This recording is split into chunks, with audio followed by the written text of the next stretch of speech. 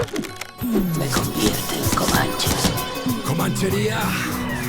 Hacer memoria no es un ejercicio de pasado, sino de presente y constituyente de futuro. A 20 años de los atentados del 11M en España, parece que pese a los 193 asesinados en dichos acontecimientos, pero también aquellos que fueron víctimas como consecuencia de la forma en que se narraron falsamente estos hechos, hemos aprendido muy poco. Precisamente por eso hacer memoria es importante, porque nos permite aprender esas lecciones tan necesarias hoy. Necesarias y urgentes en un contexto en que pareciera que nos encontramos en el mismo punto en muchas cosas. Bipartidismo corrupto y sin pudor, y régimen de guerra basado en mentiras y operaciones mediáticas que hacen de su altavoz. Pero también hay que recordar lo que cambió este escenario que parecía inamovible. Esa generación que se politizó con el 11M, con el no a la guerra y luego con el 15M y que cambió el rostro político de España, aunque hoy pareciera que volvemos a una máquina del tiempo de la derrota. Hoy en Zona Comanche hablamos de los ecos de los atentados del 11M en nuestros días, de los castigos que recibieron quienes rompieron el silencio y también de las similitudes con el momento actual para precisamente pensar cómo delinear una necesaria alternativa. Bienvenidas. Me convierte en Comanche. Comanchería.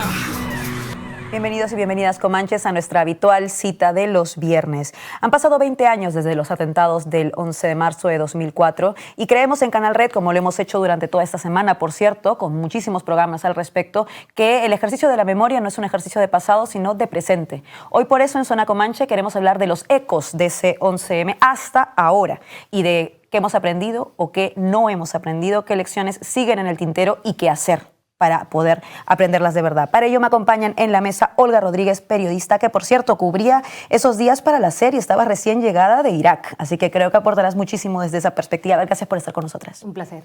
Víctor San Pedro, investigador y autor del libro Voces del 11M, seguramente tienes muchos testimonios que nos aportarán en esta mesa. Gracias por venir. Un placer. Raúl Sánchez Endillo, de la Fundación de los Comunes, que además estos días mencionaba en el tablero cómo el 11M fue un punto de inicio que luego seguiría con el no a la guerra y también con el 15M. Me parece que esa es una perspectiva que también sumará a esta mesa. Antes de empezar la reflexión, como siempre, el resumen de Zona Comanche en el punto de mira. El 11 de marzo de 2004, hace 20 años, el mayor atentado en la historia de España y el más letal ocurrido en suelo europeo, se cobró la vida de 193 personas y dejó 2.000 heridas. Un atentado que consistió en una serie de ataques terroristas producidos en 4 trenes de la red de cercanías a primera hora de un jueves laborable en Madrid, apenas unos días antes de las elecciones generales. La actuación del gobierno, presidido por José María Aznar, es, al igual que los atentados, un dato para no olvidar. Buscaron vincular los hechos a ETA con la finalidad de conseguir rédito político de cara a las elecciones, y en dicho empeño dieron inicio a un periodo de desinformaciones que sostienen hasta hoy, 20 años después, pese a todas las pruebas. La autoría de los atentados por parte de una célula yihadista revelaba además las consecuencias de la política internacional del PP y de su respaldo a Estados Unidos al emprender la guerra en Irak. Por otro lado, sin el apoyo del poder mediático de derechas que asumió el reto de hacer de esa desinformación parte de su acción periodística, la creación de una narrativa falsa no hubiera tenido tanto recorrido. Hoy, gran parte de los periodistas que formaron parte dirigente de esta campaña de mentiras se mantiene en ejercicio desde diversas tribunas mediáticas. Las víctimas inmediatas, y también las que lo serían como parte de la campaña de desinformación, están en el recuerdo de todo un país que, en lugar de respaldar la versión oficial del gobierno, salió a la calle y a las urnas a defender la verdad. El Partido Popular fue enviado a la oposición, e inició desde entonces un proceso bronco de deslegitimación de su adversario, el Partido Socialista. Pero hace 20 años se inició algo más, un ciclo político sin el cual no podríamos narrar la España de hoy. Hoy, en Zona Comanche, nos preguntamos sobre cuánto hemos aprendido en estos 20 años tras el 11M y analizamos los ecos tanto de los hechos como de la acción política y mediática de entonces en nuestros días. Empezamos como siempre con la regla del primer minuto. Nos preguntamos en el vídeo cuánto hemos aprendido y voy a darle la vuelta a esa pregunta para abrir el debate. ¿Qué no hemos aprendido? Empiezo por ti, Olga. Bueno, la apuesta por la mentira desde un tipo de periodismo sale gratis. Eso ocurrió hace 20 años y sigue ocurriendo ahora. La voluntad de jalear la guerra cuando ese es el mensaje que se lanza desde arriba también sale gratis, aunque sea a costa de mentiras, y le sale gratis al periodismo. Por otro lado, la cultura de la impunidad. Aquellos actores con poder que en aquel momento apostaron por la mentira y por la ocultación de los hechos, no ha habido una rendición de cuentas al respecto. Y una última cosa, la importancia de conocer y analizar profundamente nuestro pasado reciente para entender nuestro presente es algo que desde determinados sectores sigue siendo rechazado una y otra vez. Víctor.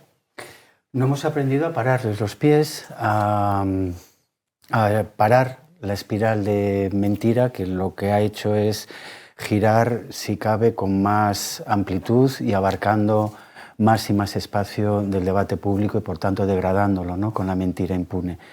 Vengo consternado después de varias presentaciones del libro. Me he pasado la mañana mirando, que no lo había hecho hasta ahora, ¿no?, las tesis conspiranoicas y la pujanza que están teniendo. Es apabullante, es literalmente apabullante. Vengo realmente consternado porque creía que habíamos abierto hasta cierto punto unas ventanas a la verdad, dando voz, ¿no?, en este 20 aniversario, precisamente a víctimas que habían permanecido constantemente revictimizadas y ocultadas hasta este momento, y veo que los conspiranoicos están más fuertes que nunca. Hablaremos de esto, ese es un factor muy importante. Raúl.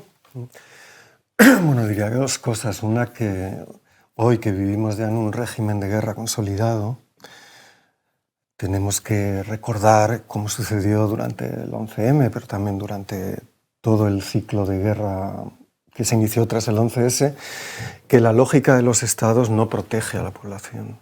Es falso, sino que realmente mete miedo para legitimar los dispositivos de guerra. Eso se probó claramente durante el 11M. La segunda es que la verdad, en última instancia, solo en última instancia es judicial, pero que en el momento del acontecimiento es política. Y por lo tanto, no puede nunca dejarse en mano del binomio medios de comunicación, de régimen, policías, etcétera, ¿no? Y yo creo que eso tiene que ver con el problema de que mientras el poder del Estado se basa en el secreto, en esa dimensión de secreto, y ese secreto sea una especie de sacrum que no se puede violar por parte de la sociedad civil, por parte de los movimientos, estas cosas se repetirán. Hablamos de las víctimas. Me gustaría empezar por ahí, porque creo que esto es importante. Víctor, acabas de publicar un libro. Me gustaría que trajeras también un poco de los hallazgos de ese libro. Y la pregunta sería, hemos visto una revictimización constante de las víctimas, ¿no? ¿Qué consecuencias tiene esto en el largo plazo? O sea, no solamente en el ahora, en el largo plazo. Esta capacidad de revictimización constante, ¿y de dónde viene? ¿De dónde opera? Empiezo por ti.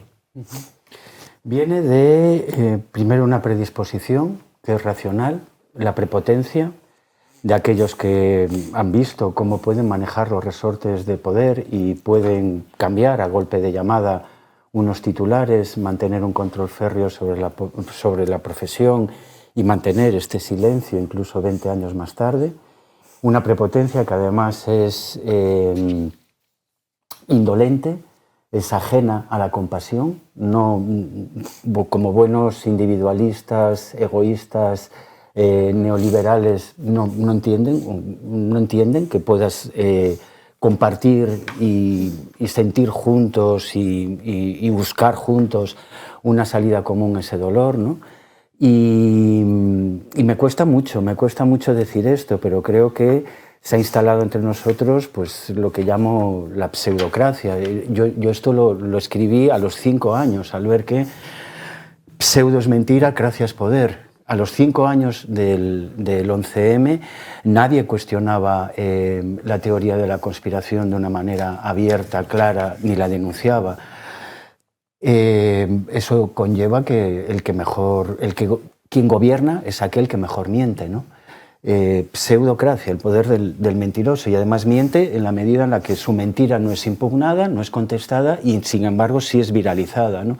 En ese sentido me ha sorprendido tanto ver la impunidad total y absoluta, por ejemplo, frente a los órganos de representación gremial, ¿no?, de los máximos conspiranoicos esta misma semana hablando, que vengo realmente consternado.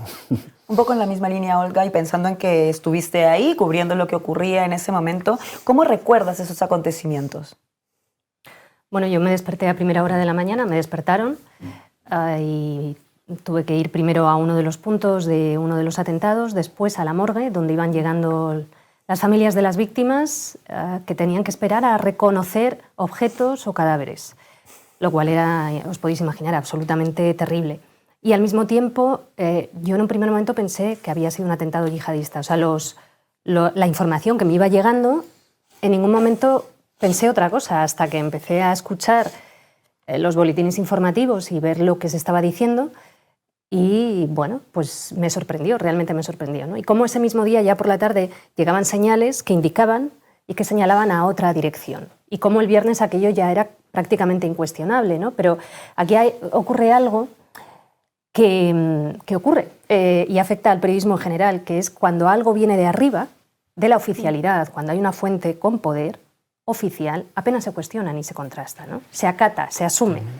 Mientras que la que viene de abajo requiere muchas veces mucho contraste e investigación, suele ser cuestionada y muchas veces ni siquiera es tenida en cuenta. Y de alguna manera es lo que pasó en esos días, ¿no?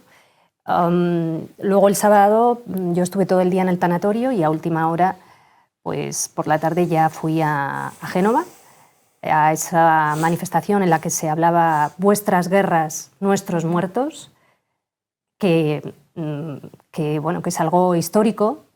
También pensar, y supongo que analizaremos ahora esto, ¿no? Ese SMS de un ciudadano, a quien Víctor y yo conocemos, que por la mañana, indignado ante esa voluntad de mentira clara, decide empezar esa hilera para convocar esa manifestación, ¿no? Bueno, fueron días realmente inolvidables. Pero lo que preguntaba sobre las víctimas a mí me parece muy interesante, porque ¿de dónde viene eso? De una cultura de la impunidad. Se busca la víctima perfecta, la víctima que sufre, doliente, que llora y que no molesta. En el momento en que tenemos víctimas que molestan, la víctima que se queja, la víctima que pone encima de la mesa el conflicto, que no lo ha originado ella es la víctima. Quien origina el conflicto es el verdugo, pero es la víctima la que molesta. La víctima que se va de fiesta después de haber sido violada un mes después, no ha asumido suficiente duelo. La víctima que molesta el proceso de reconciliación en la transición española, ¿no? No molestes, necesitamos impunidad para la reconciliación, es otro de los mensajes, ¿no? Entonces, cuando la víctima no es perfecta, y no hay víctima perfecta, hay a sectores del poder que molestan. Y entonces es cuando se categoriza, se estigmatiza, se señala y puede sufrir un proceso de persecución enorme, ¿no? Siendo colocada como una víctima no de primera, no de segunda, sino víctima de tercera. Un poco en la misma línea, lo de las víctimas y la revictimización. ¿Cómo lo ves, Raúl? No, en el sentido que lo planteaba Olga, hay víctimas y víctimas. La víctima tiene que ser siempre un sujeto mudo, un sujeto del que se habla siempre en tercera persona y del cual se explota siempre por parte de los poderes su funcionalidad política, ¿no? Hablando de víctimas en el Estado español, pues hasta el 11M, pues las víctimas eran las víctimas de ETA o del Grapo, ¿no? Pero había otras víctimas que no aparecían, que eran criminalizadas, las víctimas del terrorismo de Estado, ¿no? De los GAL, del Batallón Vasco Español, víctimas de las propias fuerzas de seguridad del Estado, etcétera, ¿no? Y esas eran víctimas que estaban con los terroristas, ¿no? Por ejemplo, recuerdo Juan Carlos García Goena, que era un objetor de conciencia que fue asesinado por los GAL, ¿no? Pensando que era de ETA, ¿no? Pues la viuda o la novia de García Goena, pues completamente ignorada, ¿no? Y con digamos que había unas que eran silenciadas, otras utilizadas, que eran las de ETA, y otras, y esto es la innovación con el 11M, totalmente despreciadas. Porque de las otras no es que se las despreciara, no se hablaba, ¿no? Eran totalmente, había un muro de acero en todos los medios de las víctimas del GAL, ¿no? Incluso hasta el juicio de este hombre que secuestraron, ¿cómo se llama? Perdonad. Segundo Marey, al que secuestraron la primera acción de los GAL. Bueno, de los GAL, quiero decir, del gobierno de Felipe González. Y con el 11M lo que vemos es directamente pues, un desprecio precisamente con el mayor atentado de la historia de la democracia, ¿no? Hemos visto también que varios mencionan el tema de la verdad, de cómo se construye cuando viene desde el poder. Lo dice también Olga, el problema es cuando aceptas una orden como si fuera una verdad en lugar de hacer el trabajo. Pues claro, quiero que recordemos la primera rueda de prensa del que era ministro del Interior, de Ángel Acebes. Esto es lo que decía. Una masacre en España.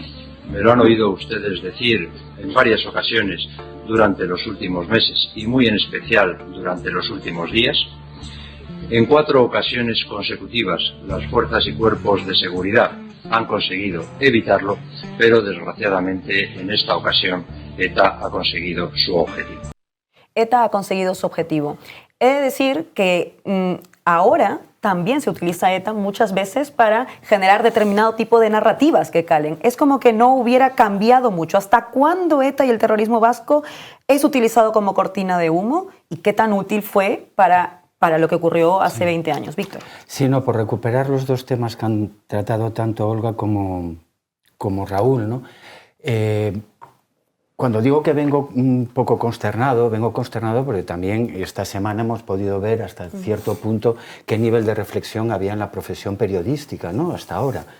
Entonces he visto, por ejemplo, en los medios, en la SER, yo voy a intentar no ser demasiado concreto ni demasiado duro, pero vamos, en la SER he visto blanquear a periodistas conspiranoicos. A mí me parece que, vamos, que siendo la SER el medio que los conspiranoicos señalan como, en fin, como el arma de guerra sucia electoral de Prisa y también del PSOE, pues me parece, me consterna haber visto el blanqueo de algunos periodistas conspiranoicos en algunos programas de la SER. Luego he visto a Aznar refugiarse detrás de lo que es lo que ellos llaman think tank, pero claro, esto no es un centro de pensamiento, es un centro de intoxicación. Cuando sale este lunes exactamente con la pancarta de la manifestación oficial, es decir, reincidiendo, ¿no? Reincidiendo en ese eje discursivo que entonces se demostró al día siguiente que era un eje de odio con la muerte de Ángel Berrueta en Pamplona, el asesinato, ¿no? Aquello de que con las víctimas, solo nosotras estamos con las víctimas, nosotros, y todas las víctimas son de ETA, con la Constitución. Aquello no era un atentado electoral. Cuando Osama Bin Laden decreta y ordena atentar en España, todavía no están convocadas esas elecciones, pero ellos siguen utilizando la cuestión del constitucionalismo como algo inherente, ¿no? Y además esa Constitución, la del 78, inalterable y tal, y luego esa lucha permanente, como estaba señalando Raúl, ¿no? Una lucha que a partir del 11S es una lucha antiterrorista contra el terrorismo, lo que te permite todo tipo de excesos verbales, legales cuando te los puedes permitir y penales también, ¿no? De represión, y obviamente es un cierre de filas, ¿no? Un cierre de filas de tu gente. Claro, que todo esto se excuse. No, sí, todos colaboramos, claro, todos colaboraron con la mentira, y aquí el que consintió mintió, porque era de una gravedad tremenda, ¿no? Se consiente cuando se cree sin ninguna evidencia que lo aguante y con toda la evidencia que lo desmiente, pues estas declaraciones, ¿no? De hecho, hay ruedas de prensa en las cuales los únicos que cuestionan son los periodistas extranjeros, que además hacen una declaración colectiva de queja y elevan una queja, ¿no? Quiero decir que una profesión 20 años más tarde no sepa defenderse de aquellos que han prostituido hasta ese nivel, ¿no? Lo que es el código deontológico y el protocolo mínimo que les permite distinguirse de propagandistas y de publicitarios encubiertos, me parece suicida, me parece literalmente suicida, visto además la fuerza con la que los otros siguen reivindicando sus embustes, ¿no? Me faltan palabras para realmente expresar en qué medida es imposible. Quiero decir, antes comentaba con una compañera, aquí en este país se tardó 10 años, en el 10º aniversario del 11M, fue cuando 3 fuentes importantísimas hablaron, el TEDx, Juan Jesús Sánchez Manzano, el que fue director del CNI y el que es el académico más relevante sobre este asunto, Fernando Reinares, 10 años para certificar que aquello era, sí, yihadista. Una década. O sea, una década entera. Para que tú tengas fuentes legitimadas a las que agarrarte. 15 años para decir, no fue ETA de ninguna forma. Esos días, y lo sabíamos desde el comienzo, ¿no?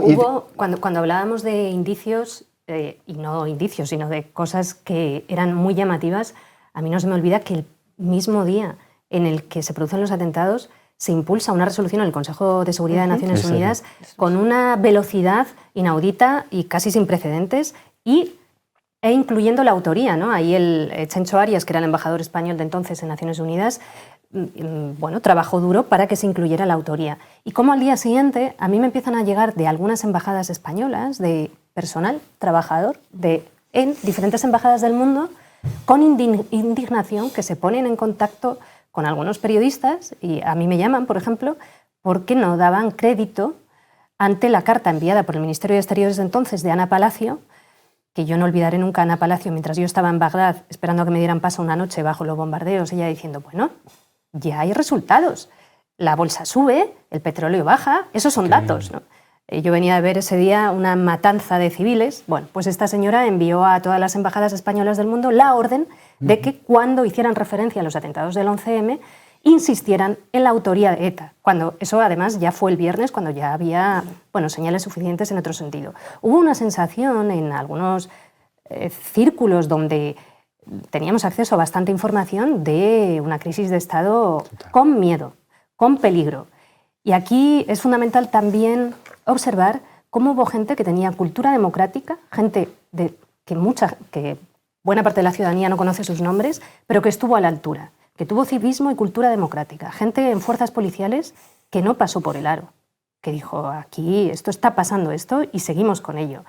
Desde el periodismo también hubo gente que dijo, me da igual lo que me digan desde arriba, por mucho que el presidente Aznar me insista una y otra vez.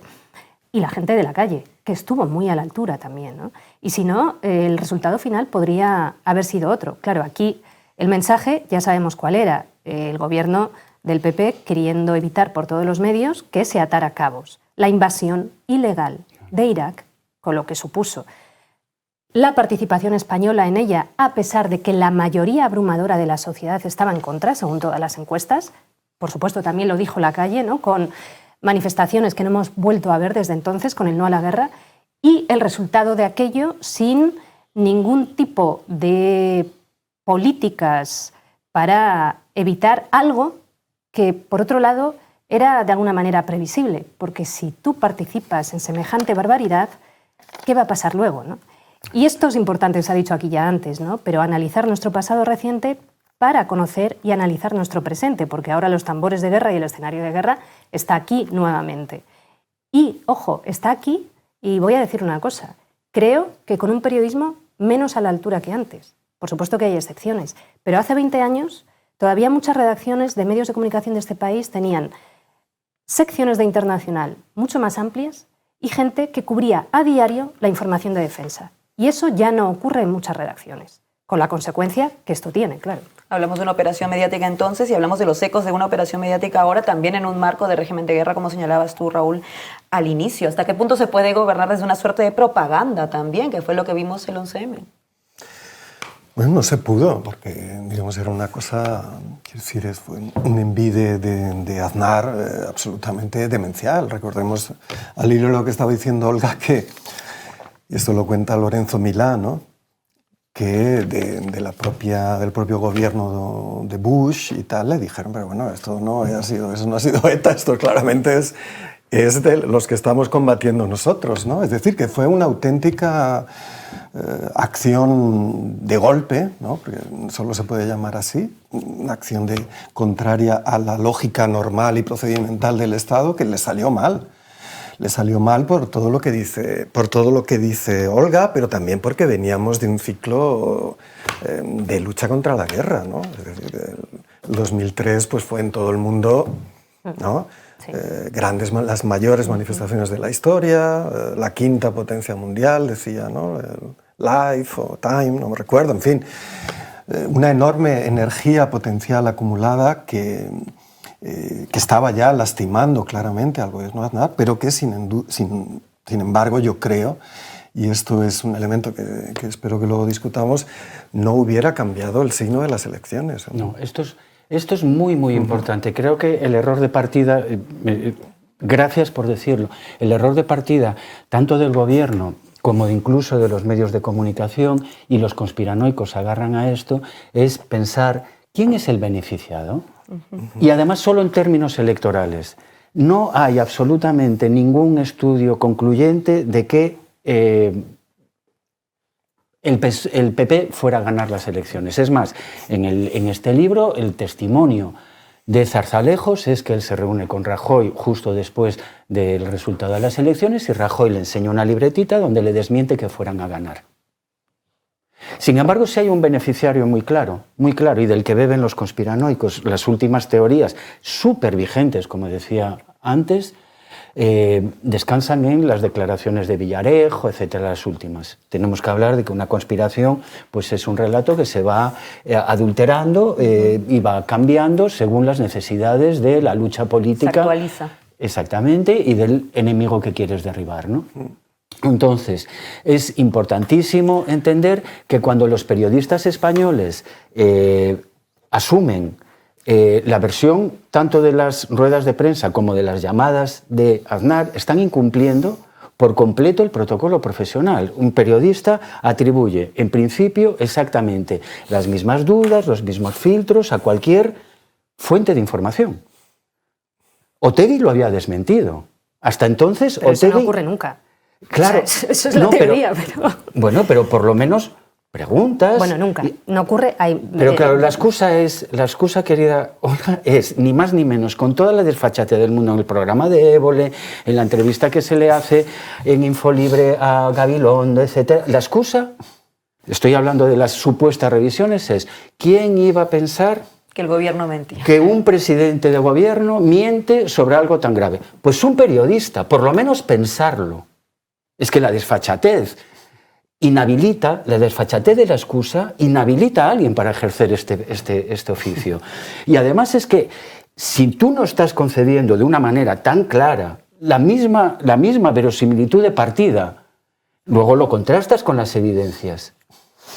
A Otegi, que Aznar, entonces es que eres el propagandista de Aznar, lo estás diciendo claramente frente a la pantalla y encima no te sonrojas. Y por último, que es que me parece impresionante, esa exculpación de la responsabilidad propia, incluso la he visto más o menos esbozada es que a la gente le gusta este tipo de cuestiones.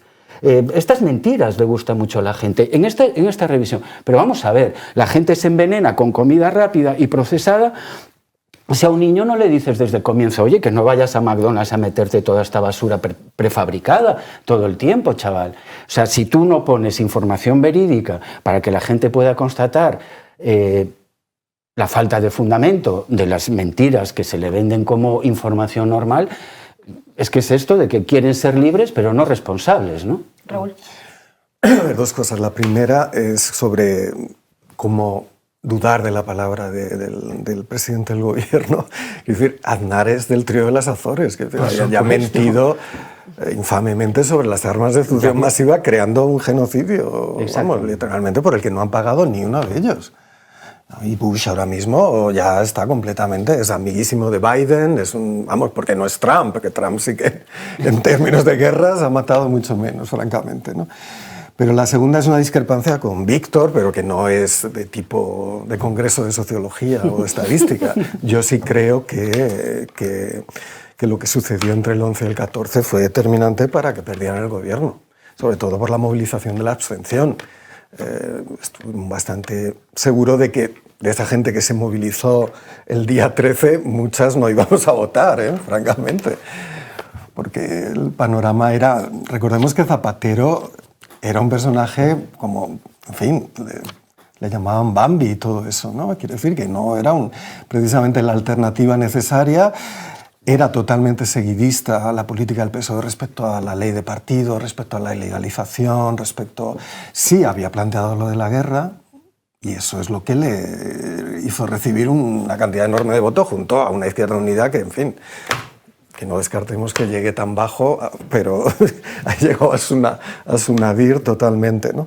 Entonces yo sí que creo que eso fue, que ahí hay una especie de, ¿cómo decirlo?, de reacción y de química de altas energías, de los afectos y de la subjetividad que moviliza a la gente. A mí me parece que ahí se produjo algo que luego vemos repetido en el 15M.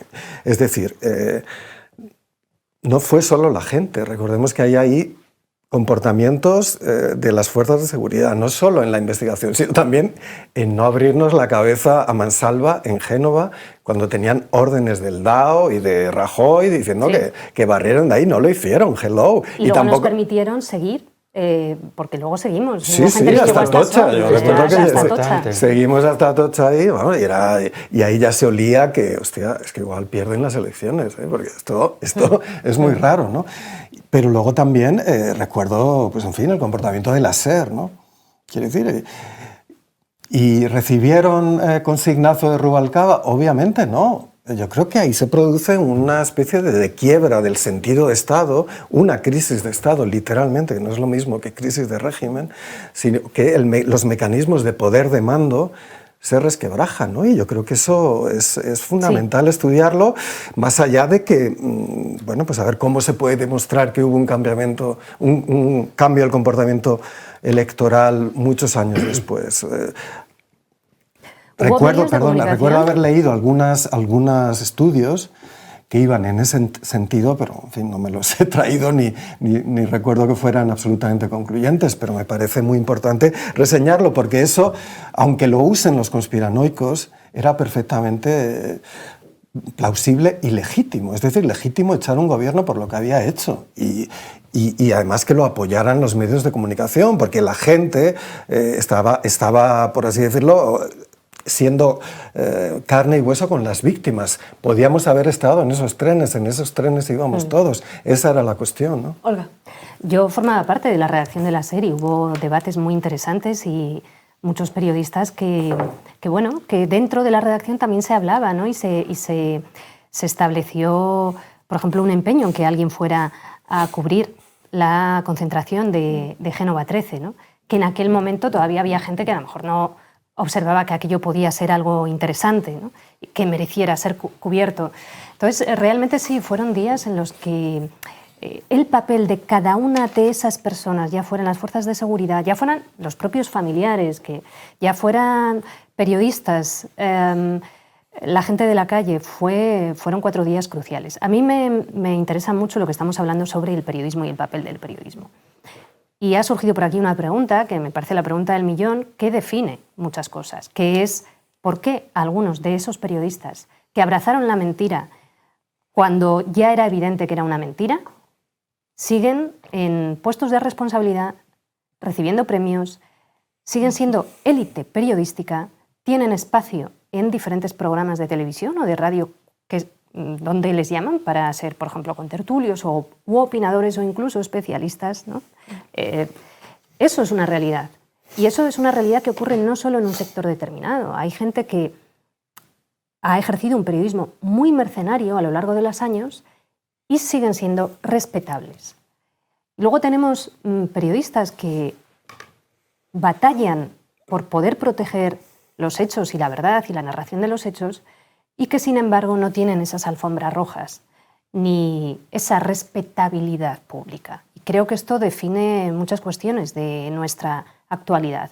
Hay periodistas con poder que presumen de que los presidentes de gobierno pasan y ellos permanecen. Total. ¿Cuál es el escrutinio que hay sobre el periodismo y sobre este periodismo del que estamos hablando? Apenas hay rendición de cuentas y es un periodismo que daña a la sociedad y las dinámicas democráticas. ¿Por qué? Porque lo que tienen en sus manos es un derecho fundamental.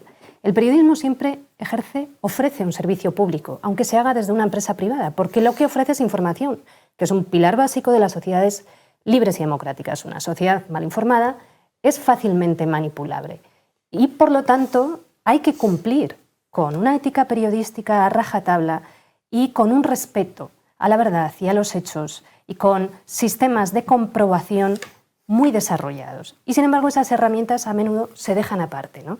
¿Qué pasa? ¿Por qué sale gratis una y otra vez ejercer un tipo de periodismo? Siempre y cuando esté al servicio del poder, ya sea para estas mentiras o ya sea para otras cuestiones que nos afectan, por ejemplo, y que atraviesan nuestro presente, como puede ser este belicismo y esta militarización de las mentes, ¿no? Hablábamos al comienzo de las víctimas que son cómodas para el poder, las que son utilizadas y otras que son incómodas, entonces son invisibilizadas. Pienso que de alguna manera también hay periodismo útil y cómodo para el poder y el otro es el que como que no existe, el incómodo, el que muchas veces además paga un coste muy alto por el ejercicio de la profesión, que termina atentando contra todos los que la ejercemos, más allá de que nosotros no estemos dentro de esa orquestación. Pero en efecto hay un caso que me parece a mí particularmente relevante, que es el de Pedro J. Ramírez, que tuvo una acción además directa en esto de las teorías de conspiración y que es ahora director de un medio de comunicación desde el cual pues sigue ejerciendo y teniendo muchísimo poder, y que dijo esto que vamos a oír ahora el mismo lunes que se cumplían 20 años de los atentados. La incapacidad del Estado de averiguar todo lo ocurrido es una prueba de la fragilidad de nuestra democracia. Por eso yo mantengo, 15 años después de haberlo formulado, aquel yo acuso contra los 18 altos cargos de la policía, la fiscalía o la judicatura, que por acción u omisión labraron ese fracaso. ¿Cómo es esto posible en una democracia? Esto es la prueba de que las cosas han ido a peor. Este señor no ha probado absolutamente ninguna de sus afirmaciones, con ni un solo testimonio, con una sola evidencia, con un peritaje policial o judicial, con una sola sentencia a su favor. No tiene nada de eso detrás. Lo único que tiene son unas sentencias que le blindaron la posibilidad de decir lo que le diera la gana, porque como delito de opinión no existe, pero eso lo utiliza torticeramente para, como aval a sus infundios, a los infundios que lanzó, por ejemplo, contra Juan Jesús Sánchez Manzano o contra Rodolfo Ruiz, que hablan aquí de cómo tuvieron que hacer frente a este pseudoperiodista, mercenario de la mentira, ¿de acuerdo? Solos, sin ni siquiera el apoyo judicial del Ministerio de Interior, porque les tenían miedo y les tienen miedo. La respuesta es esa prepotencia que además es impune y que se ha revelado impune y que no ha pagado en términos electorales apenas nada. Sí, a corto plazo puede haber una movilización de la abstención, pero 7 años más tarde vuelven después de una primera legislatura en la cual boicotean literalmente, no solo una comisión de investigación, sino la acción parlamentaria con más de 400 preguntas que les correspondía responder a ellos. Esto se ha convertido en el día a día a nivel retórico y a nivel institucional. Y lo siento, pero este señor vive del IBEX 35, vive del dopaje o de las ayudas institucionales, al igual que vive el señor Casimiro García Vadillo, que tiene otro confidencial, o vive el señor Los Santos, que habrá que decirlo por enésima vez, hizo su emporio de libertad digital y lo construyó explícitamente, según el sumario de la Gürtel, con el dinero de la Caja B por difundir estos infundios. Esto ocurre pues porque lo permitimos, así de sencillo. Porque se permite y porque esto además da mucho dinero. Estas personas están conectadas con gente de muchísimo poder. Y ya acabo con esto, ¿de acuerdo? No voy a decir los nombres de los grandes nombres de periodistas de este país que leyeron este libro y dijeron, ya hacía falta, ya hacía falta. Y luego cuando les dices, bueno, pues una presentación, bueno, pues no sé, una pequeña, nada, una notita. No, yo ya he hecho lo que tenía que hacer. O sea que hay una impunidad, pero porque hay un silencio también en el gremio, Raúl. Hay una capacidad de coacción, querida. Bueno, y más cosas. Ahora que vaya Raúl y luego... Raúl, yo creo que... Bueno, esto lo sabe mejor. Lo que hay dos cosas. Una, que Pedro J. Ramírez es el alter, digamos, ¿cómo se dice? El otro Cebrián, ¿no? Quiere decir, es el principal periodista de la derecha desde la transición. El Mundo es una operación que cuenta en sus primeros años, a partir de un cierto momento, con el apoyo de Mario Conde, operaciones, etc. Y luego da un giro, apoyado, por cierto, por los accionistas, que esto hay que decirlo, ¿Quién permitió eso? Era, si no recuerdo mal, el grupo Agnelli, que eran entonces los principales accionistas del Mundo. O sea, el grupo Fiat, que no es precisamente extrema derecha, es la derecha civilizada, industrial, italiana, ¿no? Pero bueno, Pedro J. En ese momento a partir de cierto momento, es el periódico de Aznar. Es decir, la fusión con el aznarismo es absoluta. Y por lo tanto, vamos a ver, es un tipo necesario, ¿no? Felipe González, muy víctima de este señor, pero en aquel momento estábamos con Pedro J, francamente, porque sacó lo de los GAL. Es decir, es así de, ¿no? Es un mercenario muy listo, es una persona que carece de cualquier tipo de escrúpulo ético. Es decir, y eso pues te da una enorme libertad, ¿verdad? y hasta quizás una vida feliz, pero termino. Entonces yo creo que en ese momento pues hizo un enorme servicio al aznarismo y posteriormente a toda la lógica en la que seguimos, por cierto, ¿no? De deslegitimación del resultado electoral. Es decir, se abre una secuencia política en la que aún estamos, porque tuvo la interrupción de Rajoy, que es directamente, en fin, defecar encima de la soberanía popular del resultado electoral. Aprovechando algo que yo creo que no nos va a dar tiempo a discutir, porque Víctor insiste mucho sobre la conspiración y la tendencia de la gente a la conspiración, que yo creo que son dos problemas distintos. A mí me parece que precisamente cuanto más secretismo hay en los estados, cuanto más poder corporativo hay sobre el periodismo, mucha gente tiende a la conspiración, pero la conspiración no necesariamente es mala. Es decir, que hay elementos de fabulación, elementos de construcción conspiranoica, de grandes responsables, por ejemplo, el 1%, ¿no? Recordemos ese relato, el 1% del 15M, que podríamos hacer un análisis, que había mucho cuñado que lo hacía, no, porque hay burguesía media y no sé qué, ya bueno, pero funciona porque ves que es gente que toma decisiones, cuando es en función reaccionaria, que es lo que hicieron estos medios, es decir, inevitablemente hay cosas que no se pueden saber, pero bajo la mayor de las precauciones y del amor a la verdad, ¿no? Que pueda haber, en un atentado de estas características va a haber muchos agujeros, ¿no? Y siempre una resolución judicial y siempre la verdad es lo más probable, lo menos disparatado, etcétera, ¿no? Pero estos aprovecharon e inventaron falsos problemas, sobre todo, ¿no? Pues los agujeros eran poquísimos, ¿no?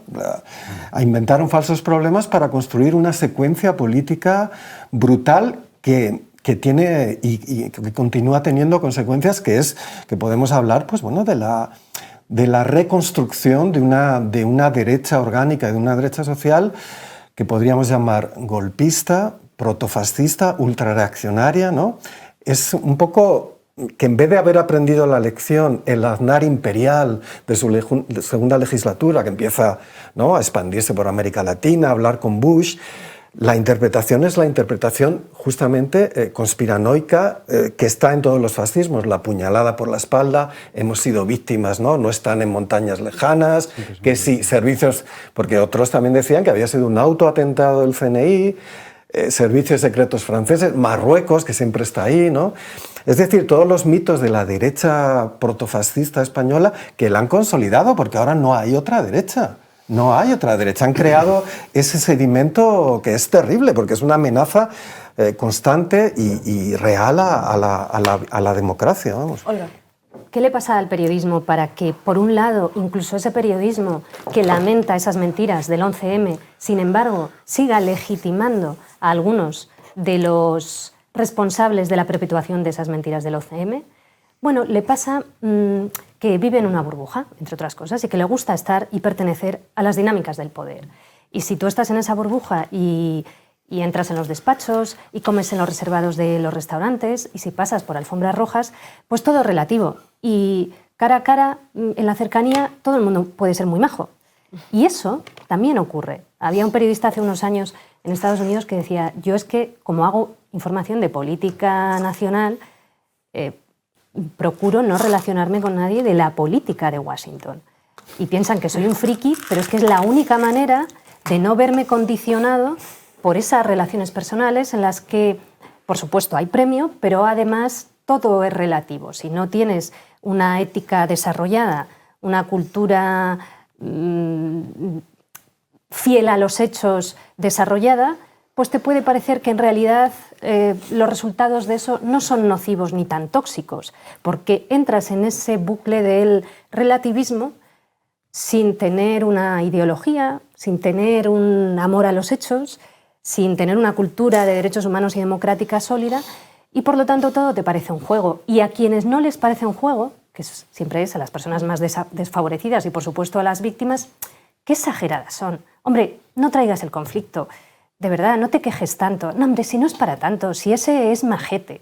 Y estas dinámicas están ahí y ocurren a diario, como si todo fuera un videojuego en el que elegimos un personaje, al del pantalón rojo, pues yo al del pantalón azul, y tiramos millas con el videojuego y ya está, y no hay detrás ni consecuencias, ni cuerpos, ni absolutamente nada, ¿no? Y esto es terrible, lo estoy contando con cierta... pero es muy serio y muy grave. Quiero que vayamos un poco hacia también la resistencia, porque sí hubo una resistencia frente a estas operaciones del poder, que me parece además de lo más interesante. Yo no estuve aquí, entonces me he documentado mucho esta semana para precisamente abordarlo con seriedad y con rigor. Y yo leo unas cosas y a mí me alucina lo que ha sido ese proceso, pero me parece más alucinante el tipo de resistencia que se hizo contra esa mentira, que se quiso vender como verdad. Y por eso me interesa hablar del Pásalo también, ¿no? De esa movilización, de esa resistencia. Mi pregunta sería, ¿por qué funcionó el Pásalo? O sea, ¿qué es lo que activa, que hace que funcione? Víctor. A ver, no voy a entrar en algunas de las cuestiones que se han señalado antes, pero sí solamente apuntar. Una conspiración, una versión conspirativa funciona porque tiene algún sustento material que luego se desvirtúa, se manipula, se exagera, etcétera, etcétera. Hubo errores de enorme calado que podrían dar a entender que como demonios no estaba aquello un poco mejor prevenido, ¿de acuerdo? Si tú tiras de eso, de errores involuntarios, de fallos de coordinación, los extremas, y luego lo juntas a la segunda parte de un bulo, que es que tiene que asentarse sobre valores, sobre una cultura política, etcétera, y tú lo que imputas es, una vez más, a los separatistas y a los rojos de la violencia política en este país, pues estás funcionando con un marchamo de memoria histórica que es muy potente, que es la España roja y rota. Bueno, pues en vez de haber avanzado en estos 20 años a una España plurinacional, tolerante, tal, no sé qué, lo que se ha impuesto es eso como una figura retórica y como un arma política de criminalización, primero lingüística y luego, si se puede llegar más lejos, más lejos. Resistencias, claro que hubo resistencias. La resistencia fue en la calle, como señalaba antes Olga, y fue una resistencia que venía de las redes de contrainformación y de autocomunicación masiva, que diría Castells, que se habían peleado contra lo que no se habían peleado los periodistas. Contra lo del Ya 42, contra lo del Prestige, contra lo de la guerra, en fin. Yo cubrí el Prestige y el Ya 42 y me peleé mucho, ¿eh? Bien, yo lo que estoy diciendo es que la SER jugó un papel, pero Prisa jugó otro, determinado, y eso también se ve, y además existen razones de economía política muy fundamentadas para entender ese doble juego de Prisa, utilizando una cadena de televisión en un sentido y un diario de referencia en otra. Pero bueno, gracias por haber hablado de que realmente lo que se ha creado es un ecosistema de gente que se lee entre ellos, que se adulan entre ellos, que buscan su promoción profesional y mercantil entre ellos y viven al margen de lo que es una realidad y, desde luego, del público y de los intereses del público al que sirven. Convocaron una manifestación a sabiendas de que el lema era falso y a sabiendas de que había un grupo yihadista suelto. Esto es lo que se deriva de los testimonios de los dos periodistas que hablan aquí. Es decir, 2,5 millones de españoles salieron a la calle, salimos a la calle aquella noche, en la manifestación oficial, igual de desprotegidos que estaban los viajeros en el tren de cercanías el día 11. Y con un lema electoral que ya produjo un muerto el día 13. Es decir, un lema electoral que monopoliza a las víctimas, las hace equivalentes a las de ETA, son díscolas todas aquellas que reclaman pura y simplemente una placa que denuncie al verdugo de tu hijo. Esto es lo que ha habido, una suplantación, y sigue existiendo, una suplantación de la identidad de la víctima porque se ha manipulado y se ha usurpado la identidad de su verdugo. Y la única lógica para mantener esto es aberrante y ha sido reiterada por Faes en boca de Aznar. No existe, dice Faes, un solo documento que descarte de manera tajante la actuación de ETA. Perdone usted, en un Estado de Derecho, usted, para acusar, tiene que aportar evidencias, no cuestionarlas, que es a lo que se ha dedicado este señor. Se cree Zola y lo único que ha aportado Lo único que ha aportado es basura, bazofia, que son los comistrajos que le quedan después de haberse llenado las arcas bien dadas con el dolor de una gente con la cual no siente la más mínima empatía, cuanto más una llamada a servicio público mínimo. Raúl. Bueno, yo creo que el 13 de marzo aparece algo que define también luego el 15M, que es la política de la multitud. No aparece solo en el Estado español, pero me parece que es algo que ha calado fuertemente, ¿no? Y que tiene que ver con muchos factores. Entonces, la debilidad de la izquierda institucional, la corporativización de los medios de comunicación, la debilidad de los propios medios establecidos, de periódicos, etcétera, de signo de izquierda, ¿no? Y cómo, a partir de la llegada de Internet a mediados de los 90, el Estado español fue muy pionero con respecto a eso, en Italia y tal, pero a partir de una cierta molecularización de los espacios políticos, ¿no? Es decir, de una política hecha de agentes múltiples que son capaces de enjambrarse, de hacer enjambre en situaciones absolutamente necesarias, ¿no? Y por eso tienen ese carácter de lo imprevisible, ¿no? De lo inesperado, que es un factor sorpresa, es decir, de ser capaces de funcionar como una máquina de guerra contra un bloqueo político, ¿no? Y ejerciendo desobediencia. Y hay precedentes, no es algo que salga de la nada. Pues, en el 99 Seattle aquí tuvo un impacto. Luego, pues, Génova, donde estuvimos Víctor y yo, y el director de este canal también, y mucha más gente, obviamente. Pero digo que es para tener en cuenta esa genealogía. Y luego la impotencia, porque era impotencia de después de haber salido el 16 de febrero fue, ¿no? De 2003, o el 14 de febrero, la gran manifestación. En todo el mundo, tantísima gente, y no se paró la máquina de guerra. Y fue una semana antes, ¿no? O algo así. Es decir, no se pudo parar. Tres semanas antes, o 4. Vale, ok. Entonces, eso dejó una enorme herida y una enorme capacidad a la indignación, pero que no tenía, por así decirlo, cómo articularse. Y en ese momento de trauma, en ese momento de enorme peligro, en ese momento, esa política decisiva del Kairós en el instante fue cuando se activó eso. Y yo creo que en un sentido más feliz y mucho más potente, eso explica también el 15M, ¿no? Y yo veo la aparición de una forma de aparición de los sujetos y de coordinación que es la multitud, porque no hablamos del pueblo. El pueblo siempre tiene sus tribunos, tiene sus instituciones detrás, etc. No, es una cosa que se creó en ese momento a partir de un SMS que hubiera mandado cualquiera, eso es lo de menos. Lo importante es que era necesario y lo estábamos esperando. A ver si... Bueno, yo recuerdo, después del 12, viendo que se les había roto la manifestación, que terminaron huyendo con el actual monarca, entonces príncipe de Asturias, ahí diciendo esto que me habéis traído aquí, ¿no? Sí, sí. ¿Quién ha sido? Y ya sabíamos, o sea, hay que hacer algo. Y cuando llegó, pues venga. ¿Entiendes? Y todo el mundo lo mandamos. Y fíjate que el mundo, el día 13, día de reflexión, donde supuestamente ya no puede haber contenido electoral, publica una entrevista a toda página con Rajoy, Pedro J, ¿no? Que esto también, me consta que al autor del SMS eso ya fue como, tenía el SMS preparado, pero cuando vio aquello y a Cebes otra vez hablar, hizo pim y envió a 17 personas. O sea, fue como la puntilla final, ¿esto qué es, no?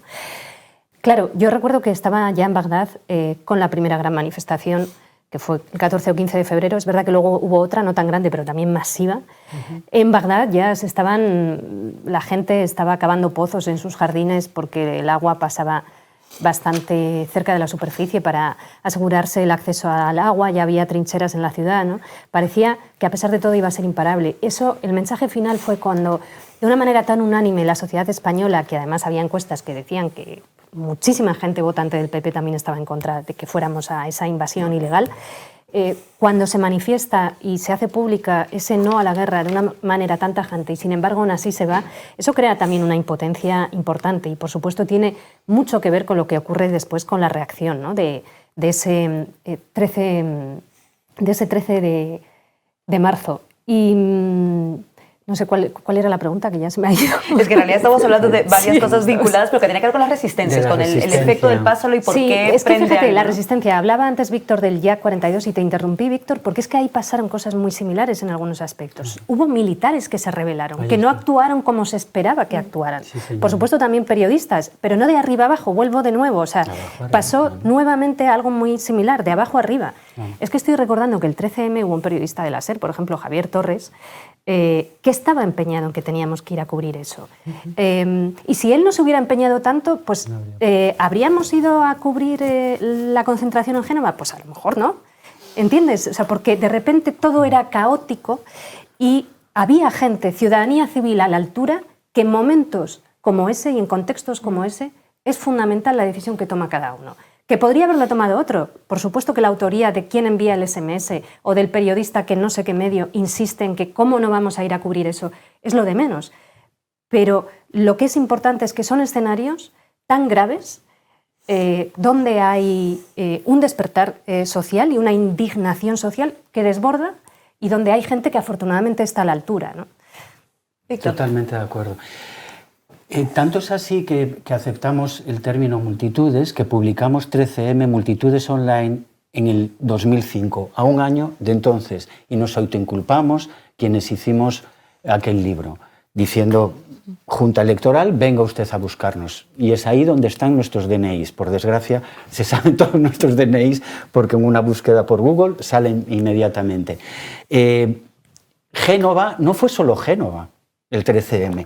Fue Génova durante unas horas. Luego la gente, la multitud, de una manera muy autoorganizada, sin crear el más mínimo disturbio, sin romper el más mínimo mobiliario urbano, etcétera, se dirigió a Sol y anticipó ya ahí lo que era el 15M. Pero luego se marchó en una vigilia laica que, como se insinuaba aquí, ese libro 13M Multitudes Online todavía tiene. Iba acompañado de un DVD, imágenes que no han querido mostrar, imágenes que demuestran cómo miles y miles de personas ocupaban tanto toda la vía de la calle Atocha como Recoletos, y se dirigió allí a la madrugada precisamente con el lema que señalaba y que es como acaba ese DVD, que por cierto Canal Red fue el primer medio que lo difundió íntegro en el último aniversario, ¿de acuerdo? Y ahí es donde se ve a la gente poniendo velas, poniendo escritos, haciendo una vigilia antes de votar. Claro, a mí lo que me horroriza es que en la alt-right que he estado consultando esta mañana vuelva a aparecer la equivalencia entre el 13M y las hordas que se concentraban frente a Ferraz. Claro, a mí me gustaría hacer aquí un mínimo de reflexión de teoría de la democracia. El día 13, antes de que hubiese la concentración en Génova, por cierto, y en todas las capitales de provincia, que aquí somos de un madrileñismo espantoso, vengo de Valencia y me dicen, éramos 5.000 a las 12 de la noche. Vengo de Iruña, me dicen, aquí ni nos contamos. Sacudió, como se pedía, en ese SMS, sin partidos, en silencio, bueno, obviamente la gente acabó gritando y tal, pero hasta entonces no había, los únicos que decían la verdad claramente, eran los terroristas. ETA decía que no hemos ido y Al-Qaeda decía que sí hemos ido, y quiero recordar que votar en esas condiciones habría impugnado la legitimidad de ese resultado, porque no puede. Un resultado electoral es legítimo en la medida en que el debate previo y la campaña electoral previa ha sido justa.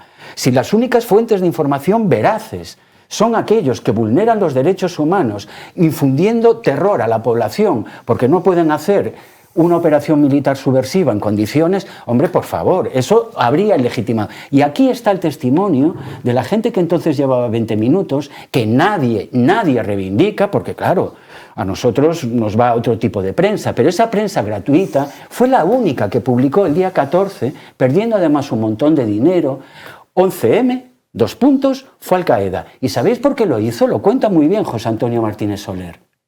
Porque los dueños eran noruegos y no necesitaban una gran deontología. Su lema con los periodistas era: haz periodismo, pásatelo bien y haz dinero, por este orden.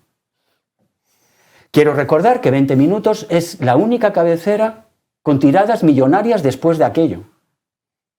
Multiplicaron su volumen de negocio a cotas, según Martínez Soler, inmanejables. No sabíamos cómo manejar todo aquel volumen de negocio y aquella cartera. Es decir, hay todo un aprendizaje de periodistas, de policías, de víctimas irredentas que no se dejan manipular, ni admiten ventrílocos que las manejan, que creo que deberíamos de rescatar realmente, ¿no? Las lecciones de las que hablábamos precisamente al inicio, parece mentira, pero estamos llegando ya al final del programa, porque en realidad ha salido muchísimas cosas. Siempre nos pasa esto aquí en Zona Comanche, se nos queda corto el tiempo, pero ya llegando al final y por tanto entrando al minuto de conclusiones de cada uno, sí que me parece importante apuntar a una pregunta que llevo haciéndome mucho, porque tiene que ver vinculado directamente a la guerra, que esto lo hemos estado mencionando. Estas fueron unas acciones vinculadas. De hecho, Osama Bin Laden ordenó atentar España en octubre de 2003, es decir, unos meses después de que España entrara. Hemos hablado de eso, del impacto de la guerra, y en un escenario como este, donde volvemos a escuchar los tambores de guerra redoblando muy, muy fuertemente, y también una prensa que está dispuesta a ello sin ningún problema y a avalarla incluso, decía Olga que esta prensa está menos a la altura incluso que en aquel entonces, sí preguntaría para estas conclusiones, ¿dónde está el no a la guerra en este momento? ¿Dónde está el no a la guerra? Esta vez voy a empezar por la derecha, Raúl. Pues está en un estado, digamos, de confusión, porque estamos en dos guerras, una que conlleva un genocidio, donde el Estado español participa en ambas de una manera vergonzante, en el caso de la complicidad con el genocidio occidental, porque si no, tú no haces lo que está haciendo Israel sin la cooperación de la OTAN y sobre todo de Washington. O sea, tus aliados están cometiendo un genocidio. Y en la otra, pues en una apuesta belicista ante una violación del derecho internacional, exactamente la misma que está haciendo Israel, mucho peor en el caso de Israel. Y por lo tanto lo que tenemos es que lo que no sucedió en la guerra tan claramente reaccionaria de Irak, la Segunda Guerra de Irak, es que tenemos a la mayoría de la socialdemocracia y del centro izquierda que está apoyando supuestamente en la defensa de la democracia una carrera armamentística que cada vez va a un umbral de indistinción entre lo que es un bluff, lo que es un farol y lo que es un ejército de guerra. Veamos a Macron, que está haciendo de ello un elemento de política interna, pero con consecuencias, teniendo el peso que tiene en Europa, es una potencia nuclear, etcétera, etcétera. Es decir, estamos en una situación mucho peor que en 2003-2004, porque, por desgracia, no se ha aprendido la lección, que es lo que decíamos al principio. Se piensa que hay guerras buenas, se piensa que la guerra moderna, si es progresista, pues y no se asume la lección que viene de mucho antes de la Segunda Guerra, que la guerra allana el camino al fascismo, sobre todo cuando es una guerra de estados y de organizaciones militares y paramilitares como es las que tenemos en este momento. Víctor. Sí, las víctimas del 11M se parecen mucho a las víctimas gazatíes, ucranianas, rusas o israelíes. Porque según el bando que hable, los va a minorizar, los va a anonimizar, les va a privar de una historia, de un proyecto vital, les va a privar de voz propia. ¿Dónde está la resistencia? Yo creo que Olga, en sus crónicas y las que viralizamos todos los días esas crónicas, lo está señalando. Es en una sociedad civil que además no es atendida exactamente como estas víctimas porque son laicas. No se van a fanatizar por un credo ni van a asumir que murieron por la democracia, por la cristiandad, por no sé qué, que son solidarias internacionalistas. Estas víctimas denunciaron desde el momento cero la guerra de Irak como detonante de su masacre. Y luego la defensa de un Estado de Derecho y de una legalidad internacional que se ven vulneradas todos los días. Estas víctimas son aquellas que más han defendido a los policías, a los periodistas y a otras víctimas como ellas, precisamente incluso en un Estado de Derecho que ha pasado de ellas y con unas sentencias muy benévolas, etcétera, etcétera. Yo creo que está ahí la resistencia, que está muy clara, pero no hemos aprendido a darle voz. Y solemos ser solo sensibles a las víctimas de nuestro bando. Y el dolor social, anonimizado, etcétera, convivimos con él de una manera muy cómoda. Olga. Me parece importante lo que decía Raúl porque, claro, cuando tenemos a una gran parte de la izquierda, que en realidad es belicista una y otra vez, ¿no? Se nos dijo que a Ucrania había que enviar armas sí o sí. Hubo una posibilidad de negociación poco después y hubo actores europeos que lo boicotearon. Y nos están diciendo que la única vía para todo, absolutamente todo es la vía de más armas, a pesar de haber tenido, por ejemplo, la experiencia de Libia. Libia se convirtió en un polvorín. También nos dijeron, no, hay que apoyar hasta el final, a pesar de los crímenes de guerra, a pesar de los civiles muertos, a pesar de que esto iba a llevar a una fragmentación del país y a una militarización del país, con una región que al final esas armas que llegaron a Libia se han extendido por toda la región y todo se ha convertido en un polvorín, ¿no? Es la apuesta por la guerra y por el caos una y otra vez hay periodismo dispuesto a jalear la guerra y a ridiculizar la paz. Yo creo que te voy a contestar a la pregunta diciendo ¿y dónde está el periodismo de paz? Porque una y otra vez está dispuesto a jalear la guerra. Y hay una cosa, para terminar, que me parece importante. La agenda setting. La agenda setting, los medios de comunicación deciden de qué se habla y cómo se habla de lo que se habla. Cuando la política se aparca una y otra vez, y me refiero a la política con mayúsculas, no a lo que pasa entre los partidos, los cotilleos, etc., y es sustituida por el electoralismo, y las víctimas son usadas para hacer ese electoralismo, ahí no hay cultura de paz en ningún lado. Y eso es terrible, además, ¿no? Si tú apuestas por dar visibilidad a la gente que desde el día 7 de octubre hasta hoy se está movilizando en contra de la masacre en Gaza, en contra del genocidio en curso en Gaza, si tú apuestas y esa gente es portada en medios, que es gente que en muchos casos ha participado en manifestaciones muy masivas, si tú apuestas por eso, estás creando una agenda setting determinada. Pero el periodismo, en líneas generales, siempre hay excepciones, pero en líneas generales no está apostando por eso y no está visibilizando esa reacción de muchísima gente que, sin embargo, vemos cómo las encuestas en muchísimos países europeos y también en Estados Unidos muestran que la gente está preocupada e indignada ante lo que ocurre en Gaza. Los gobiernos van por un lado, con el periodismo de la mano, o buena parte del periodismo, ¿no? Y la gente va por otro. Olga, Víctor, Raúl, muchísimas gracias por haber estado en Zona Comanche y para que programas así sigan siendo posibles y un canal como este que apuesta por el periodismo de paz, en la línea de lo que decía Olga, sea posible, los necesitamos y las necesitamos a ustedes. No olviden entrar en canalred.tv y denle a suscribir y nos vemos el próximo viernes. ¿Sabes qué significa Comanche? Enemigos para siempre. ¿Enemigos de quién?